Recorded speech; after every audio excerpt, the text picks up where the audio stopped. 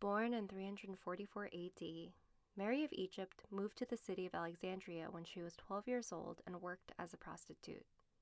After 17 years in her trade, she joined a group of pilgrims going to Jerusalem for the Feast of the Exaltation of the Holy Cross. She wanted to lure the pilgrims to satisfy her desires. On the feast day itself, she joined the crowd to venerate the relic of the true cross in the church. When she got to the door of the church, she was unable to enter. An invisible force propelled her away from the door each time she approached. After trying to get in many times, Mary of Egypt moved to a corner of the churchyard and cried tears of remorse. Then she saw an icon of the Blessed Mother. She prayed to the Holy Mother for permission to enter the church to venerate the relic.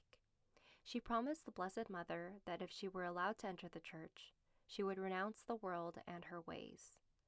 She entered the church, venerated the relic, and returned to the Blessed Mother's icon outside. She heard a voice telling her to cross the Jordan River and find rest.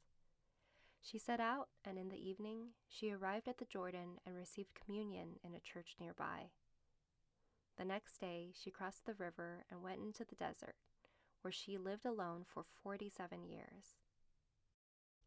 A priest named Zosimus, while making his Lenten retreat in the desert, found the hermitress. She asked him to return on Holy Thursday on the following year and to bring her Holy Communion. The priest was true to his word and returned bearing the Eucharist. Mary told him to come back again the next year.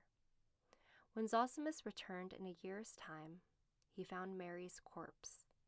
On the ground beside it was a written request that she be buried, accompanied by a statement that she had died 1 year ago, in 421 AD, on the very night she had received the Holy Communion.